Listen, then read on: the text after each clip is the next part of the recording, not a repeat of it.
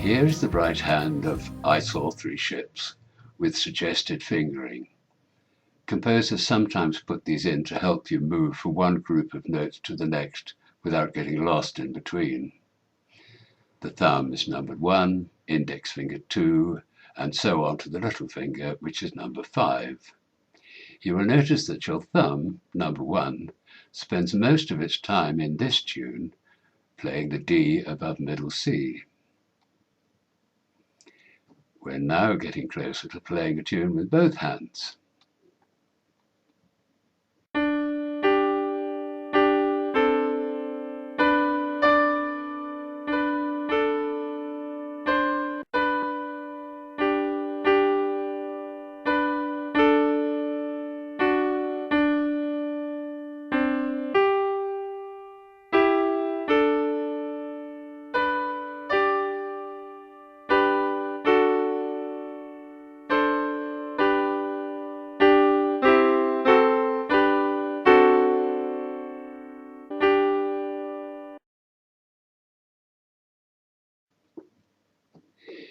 Now that you've got a grip on the right hand playing in the treble clef, we bring in the left hand, which plays the notes written on the bass clef.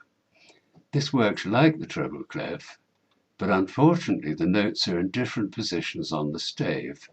For example, you'll see that the note you've got used to as middle C in the treble clef is shown here in the picture of the bass clef as a low E. So you'll need to store all you know about the treble clef in one department of your musical brain and open up another department for the bass clef. Don't worry, they have a lot in common and will both come together happily as time goes by. The note values are just the same, it is only the positions on the stave that are different. Middle C in the bass clef is shown here as the last note on the right.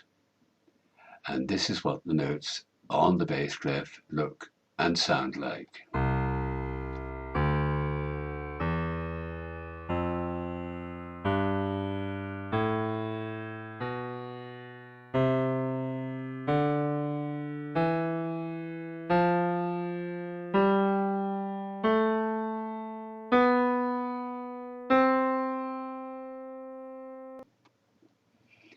While this is on your screen, you have a chance to capture and print it for playing in your own time. We have looked at which notes to play and when to play them. Now we should look at how to play them. Different pianists will play the same tune in different ways. This is called interpretation or expression. Here is I Saw Three Ships played in strict time, giving every crotchet exactly the same time value and emphasis, and making every minim sound exactly the same as every other minim. It sounds as if it's being played by a machine, which in effect it is, having been written in a MIDI editing program.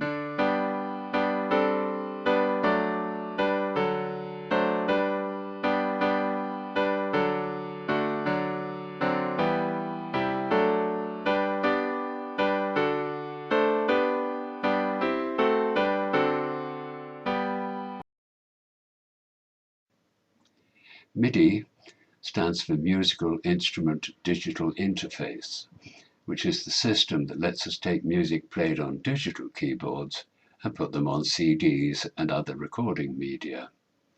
Without MIDI, we would have to record electronically created music in soundproof studios with microphones, just like acoustic instruments. This version sounds more musical because very slight liberties have been taken with the timing. The secret is to play how you feel.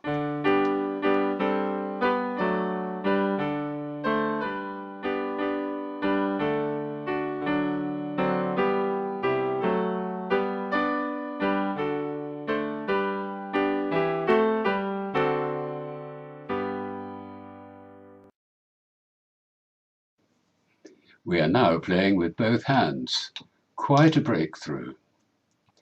Next, in learning to play keyboards part 6, we look at scales and chords, the essence of keyboard playing, both for using with auto accompaniment styles and making sight reading so much easier.